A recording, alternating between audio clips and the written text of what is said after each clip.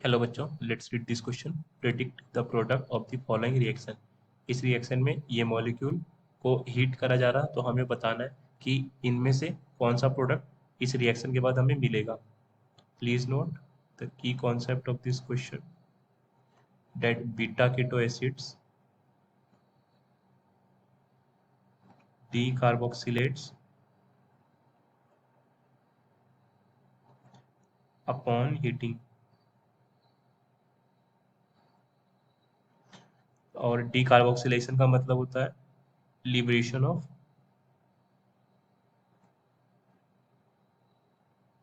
CO2। तो अगर हम इस मॉलिक्यूल को देखें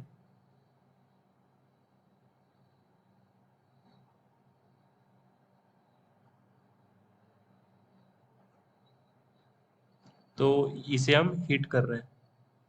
तो हीट करने की वजह से क्या होता है, ये COH के रिस्पेक्ट में ये अल्फा, ये बीटा, बीटा पोजीशन पर कीटो है। तो हीट करने की वजह से ये जो बॉन्ड है ये ब्रेक हो जाता है और यहाँ से CO2 लिबरेट हो जाता है। और इस ये जो कार्बन है इसकी एक वैलेंस से फ्री हुई, इसे ये हाइड्रोजन सेटिस्फाई करता है।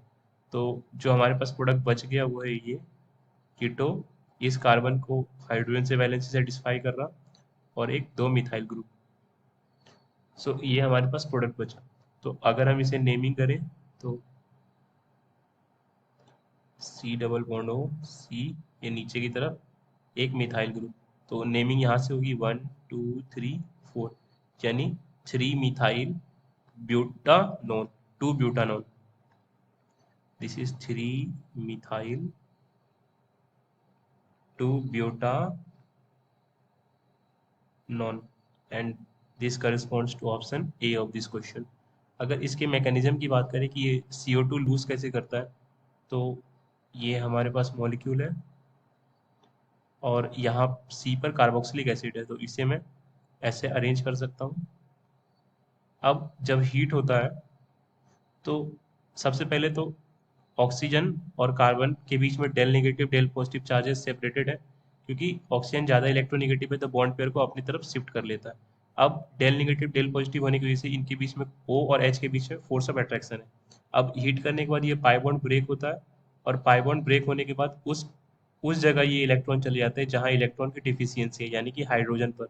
तो यहाँ पर एक बॉन्ड फॉर्म होता है। अब नया बॉन्ड फॉर्म करने के लिए कुछ पुराने बॉन्ड तोड़ने होंगे, तो ये OH बॉन्ड टूट कर यहाँ O और C पर आ जाता है और यहाँ से हमें CO2 लिबरेट हो जाता है। और ये जो बॉन्ड है इस कार्बन और इस कार्बन के बीच का, तो ये बॉन्ड यहाँ फॉर्म हो जाता है। तो यहाँ से जो हमें प्रोडक्ट मिला ये है ऊपर OH एंड ये है डबल बॉन्ड C। और ऑब्वियस है कि यहाँ पर दो मिथाइल है तो यहाँ दो मिथाइल ऐसे जुड़े होंगे प्लस CO2। ये है एक एनॉल फॉर्म, तो ये टाउटोमराइज होकर फॉर्म हो जाता है केटो प्रोडक्ट में। ये यहाँ पर से मिथाइल है और ये मिथाइल है, तो इसी की हमने नेमिंग करी that 3 methyl 2 butanol. And the correct option of this question is option A. I hope आपको ये कॉन्सेप्ट समझ आया स्टूडेंट्स। थैंक